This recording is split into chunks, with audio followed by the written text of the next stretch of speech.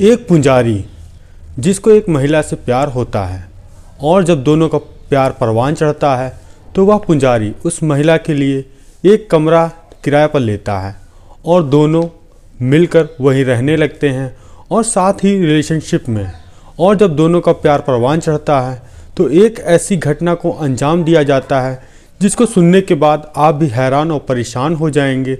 और एक गलती से वह व्यक्ति 4 साल बाद जब पुलिस के हत्थे चढ़ा और जब उसने एक ऐसी कहानी सुनाई जिसको सुनने के बाद आप भी परेशान हो जाएंगे। नमस्कार, मेरा नाम रवि है। मैं आशा उम्मीद करता हूँ आप लोग बहुत अच्छे होंगे और आप सभी लोगों का हमारे वीडियो में स्वागत है।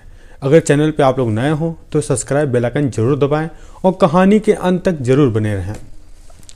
यह सच्ची घटना है। राजस्थान का एक ज़िला है उदयपुर। उदयपुर के पास एक थाना है जिसका नाम है प्रतापनगर। तारीख 20 जनवरी 2024 सुबह के करीब 10 बजे उसी थाने में एक व्यक्ति वहीं का रहने वाला फ़ोन करता है। कहता है कि मेरे इलाके में सर एक संदिग्ध व्यक्ति असलहा लिए घूम रहा है और हमें ऐसा व्यतीत हो रहा है वह किसी घटना को अंजाम देने जा रहा है। जैसे ही यह बात पुलिस तक पहुंचती है, पुलिस सुनती है, बिना कुछ देरी किए मौका वारदात पर अपनी फोर्स के साथ पहुंचती है और वहां उनको एक व्यक्ति दिखता है जो कि संदिग्ध था। अब 2 पुलिस वाले जीप से उतरते हैं, उस व्यक्ति से पूछताछ करते हैं और उसकी तलाशी लेते हैं। तलाशी लेने के बाद तभी उनको एक उससे अवैध असलहा प्राप्त होता है और उससे वह लाइसेंस मांगते हैं तो वह व्यक्ति लाइसेंस दिखाने में असमर्थ होता है। तब उस व्यक्ति को जीप में बैठालते हैं जो प्रतापनगर थाना है वहाँ लेकर आते हैं। अब उससे पूछताछ कर रहे थे और नाम पूछ रहे थे और जगह, तो वह बताता है मेरा नाम राहुल राज चतुर्वेदी है, जो कि मैं एक पेशे से पुजारी हूँ और जो दिल्ली गेट चौराहा है वहीं पर हनुमान मंदिर है, वहीं पर मैं रहता हूँ। अब पुलिस वाले कहते हैं तुम पुजारी हो तो तुम्हारे पास ये असलहा कहाँ से आया और तुमको ऐसे इसकी क्या ज़रूरत है कि तुमको असलहा लेना पड़ा। तो वह कहता है सर आज से करीब 5 साल पहले मेरे मंदिर में एक व्यक्ति आया था। आने के बाद उसने मुझे यह असलहा दिया और देने के बाद वह कहीं चला गया और उसने कहा था मैं आकर तुमसे ले लूँगा, इसीलिए यह वहीं पे रखा था और मैं अपने शौक़ के लिए कभी कदार इसको लगा लेता था क्योंकि मुझे अच्छा लगता था। अब जैसे ही पुलिस वालों को यह कहानी उसने सुनाई तो पुलिस वाले ने पहले सोचा कि इस पे भरोसा किया जाए या इसकी पूछताछ की जाए। तभी पुलिस वालों के पास एक सिपाही खड़ा था। उसने कहा सर ये जो राहुल राज चतुर्वेदी है इसकी एक प्रेमिका भी है, आज से 4 साल पहले, जो कि इसके साथ रहती थी और कभी कदार मार पिटाई ये करता था। तो यह उसके लिए तहरीर भी इसने दिया था और उसके बाद यह महिला इसके साथ दिख नहीं रही है। अब पुलिस वाले, अब असलहे की बात चल रही थी, अब यहाँ पर एक महिला की गुमशुदगी की बात आ गई। अब पुलिस वाले भी हैरान हो गए और पूछने लगे कि वह महिला कहाँ है जो तुम्हारे साथ रहती थी। अगर वह आकर यहाँ बयान दे दे कि तुम निर्दोष हो, तुमने ऐसा कोई गुनाह नहीं किया या तुम कोई असलहा का तस्करी नहीं करते हो, तो मैं तुमको जमानत या छोड़ दूँगा। अब पुलिस से वह कहता है कि वह तो साहब जहाँ की थी वहाँ अपने वहाँ चली गई है क्योंकि 2020 में कोविड आ गया, जैसा कि वह अपने घर चली गई। तो पुलिस वालों ने कहा उसका घर कहाँ है, तो उसने कहा मुझे इसकी जानकारी कोई नहीं। अब पुलिस वाले उस महिला की तहरीर को देखते हैं जो 1 से 2 साल पहले उसने यहाँ थाने में दी थी। तभी उसमें एक एड्रेस लिखा था और जब पुलिस वाले उस एड्रेस पर पहुँचते हैं वह उस महिला की बहन का एड्रेस था।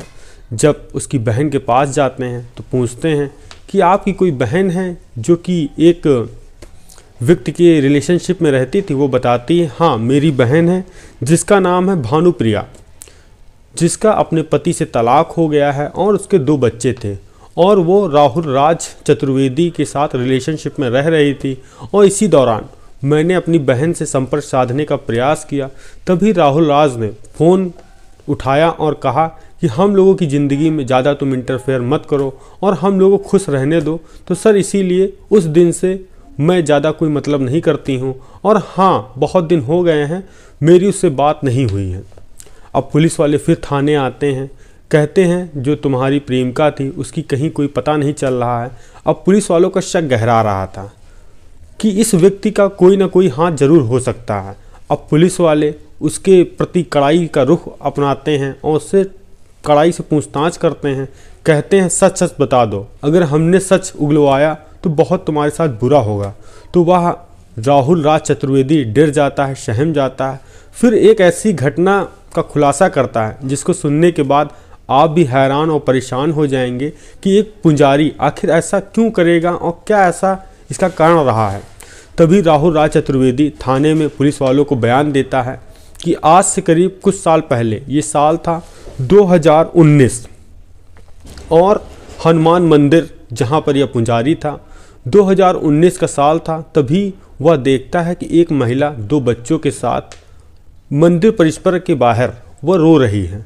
जब वह राहुल राज चतुर्वेदी जाता है बाहर, पूछता है उस महिला से आपको क्या हो गया, तो वह कहती है कि जो मेरा पति है उसके खिलाफ हमारा तलाक चल रहा है, जिसका कोर्ट अभी केस में दाखिल है, और उसने हमें घर से बाहर निकाल दिया है, जिसके कारण मुझे भूख बहुत लगी है और अगर कुछ मिल जाए तो आप मुझे खिला दीजिए। तभी जैसे ही यह मैंने बात सुनी तो मुझे भी थोड़ी दया आई, तो मैं मंदिर गया और वहाँ से कुछ खाने पीने के लिए सामान लेके आया और मैंने उस महिला को दिया और 2 बच्चों को दिया। और उसने कहा कि मुझे 1 से 2 दिन कहीं रुकने की जगह मिल जाती, मैं यहाँ कहीं लेट जाती तो बहुत बहुत आपकी महान कृपा होती। तो मैंने कहा कोई दिक्कत नहीं है और आप यहीं लेट जाइए, बैठ जाइए। 2 दिन वह वहाँ रुकती है। 2 दिन के बाद फिर वह फिर से अपने पति के घर बच्चों को लेकर निकलती है और समय बीतता है, दौर बीतता है। इसी बीच 2 से 3 महीना हो जाते हैं। वह महिला दोबारा फिर आती है उसी पुजारी से मिलने के लिए हनुमान मंदिर पर, और आती है तभी वह राहुल राज चतुर्वेदी कहता है कि तुम्हारे बच्चे कहाँ हैं। तो वह कहती है जो कोर्ट में केस चल रहा था तलाक का, उसका फैसला आ चुका है। जो सरकार ने कहा है कि जो 2 बच्चे हैं, जो पति ने अपील की थी कि बच्चे हमको दे दिए जाएं, तो मैंने भी कोई ऐसी आपत्ति नहीं दर्ज की, क्योंकि मैं अब उन बच्चों को लेकर कहाँ जाऊं, क्योंकि खाने को मुझे भी बहुत दिक्कत हो रही है, जैसे कि मैं परवरिश उनकी कैसे कर पाऊँगी। तो मैंने अपने बच्चों को पति को दे दिया और मैं अपनी ज़िंदगी जीने के लिए और नई राह देखने के लिए अब आगे निकल पड़ी हूँ, क्योंकि इस इतनी बड़ी दुनिया में मेरा और कोई जानने वाला नहीं है। आप ही हैं जो मुझे जानते हैं और समझते हैं। तो उसने भी कहा ठीक है, तुम भी मेरे साथ रह सकती हो। और राहुल राज और जो भानुप्रिया को था अब एक दूसरे के प्रति प्यार भी हो गया था, जिसके कारण से एक जगह है राज समद इलाका, वहाँ पर राहुल राज ने एक किराए का कमरा लिया और जहाँ पे भानुप्रिया और राहुल राज एक ही साथ रहने लगे, लव इन रिलेशनशिप में रहने लगे। समय बीत रहा था और आगे बढ़ रहा था। तभी एक साल फिर आता है 2020 आता है तो राहुल राज को पता चलता है भानुप्रिया के मिर्गी के दौरे आते हैं, जिसके कारण वह बहुत ही तनावपूर्ण हो जाती है, लड़ाई झगड़ा छोटी छोटी बातों पे करने लगती है और आए दिन मारपीट तक की नौबत आ जाती है।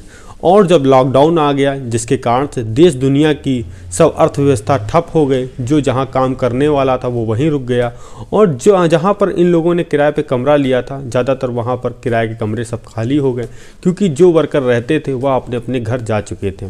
अब अनुप्रिया और जो राहुल राज रात हो या दिन हो साथ ही में रहने के साथ साथ दोनों में काफ़ी ज़्यादा अधिक लड़ाई झगड़े होने लगे। और एक तारीख आती है 12 मई 2020 रात के करीब 8:30 बजे।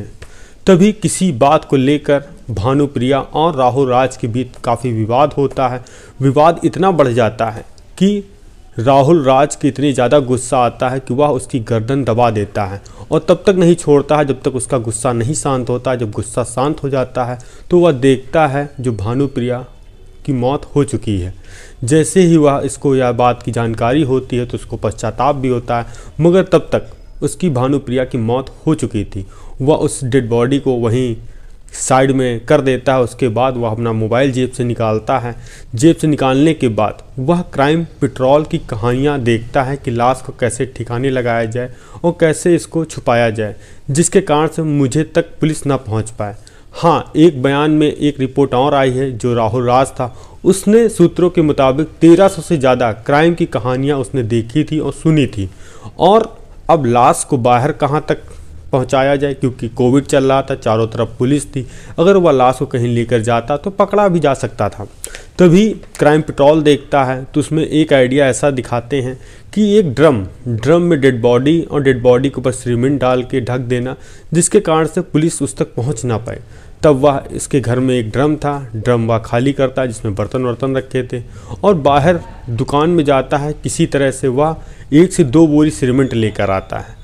अब जो भानुप्रिया की लाश को उस ड्रम में रखता है, ड्रम में रखने के साथ साथ उसमें सीमेंट की बोरी घोल करके डालता है और उसके बाद ढक्कन लगा देता है, उसको सील कर देता है। सील करने के बाद वहाँ साफ सफाई करता है और जैसे दिनचर्या उसका था वैसे अपना काम करने लगता है। समय गुजरता है, दौर गुजरता है, एक तारीख आती है जून 2022, जो कि वह अपने गांव गया था बंद करके। तभी उसका जो मकान मालिक वहीं पर रहता था, उसको कहीं से बदबू आने की आशंका लगती है। जो मकान मालिक था वो सब आसपास की जगह देखता है तो उसको कहीं नज़र नहीं आता। देखता है जो राहुल राज का कमरा है उसके अंदर से बदबू आ रही है। तभी राहुल राज को फ़ोन करता है मालिक, कहता है कि तुम्हारे कमरे से कोई बदबू आ रही, लगता कोई चूहा या बिल्ली जैसा कोई मर गया है। जैसे ही वह यह बात राहुल राज सुनता है वैसे ही तुरंत गांव से निकलकर अपने किराए के कमरे पर आता है और चारों तरफ हर चीज़ चेक करता है, मगर उसको कहीं कुछ ऐसा नहीं दिखाई पड़ता है जिससे बदबू आ रहे। मगर जब वह ड्रम के नीचे झांकता है तो रिसाव आ रहा था, जो लग रहा था कि ड्रम में छेद हो गया है, तो इसके कारण से बदबू बहुत तेज फैल रही थी। अब वह हैरान था और परेशान था कि इस बदबू को कैसे रोका जाए। अब बाहर कोविड है, इस लाश को कैसे कहाँ फेंका जाए। तो जो मालिक था उससे कहता है कि इसमें एक लाश है जिसका नाम है भानुप्रिया, क्योंकि वह जो मकान मालिक था उस लड़की के बारे में जानता था।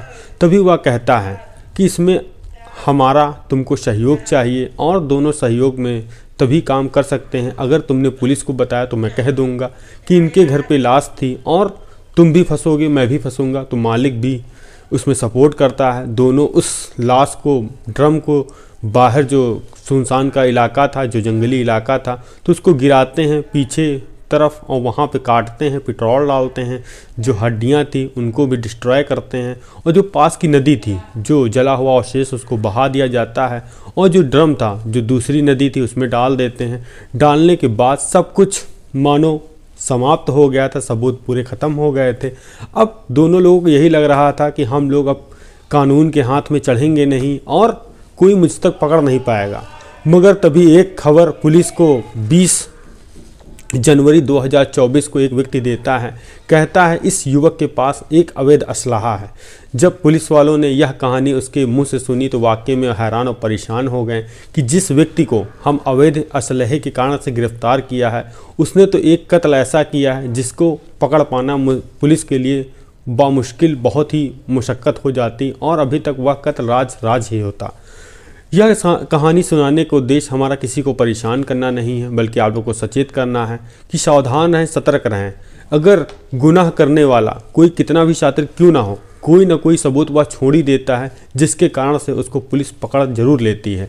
अगर आपका सुझाव भी हो तो इस कमेंट में ज़रूर करके बताएं, और हमारी कहानी अगर अच्छी लगी हो तो जवाब में ये भी बताएं। मिलते हैं नई कहानी में नई शुरुआत के साथ। जय हिंद, जय भारत।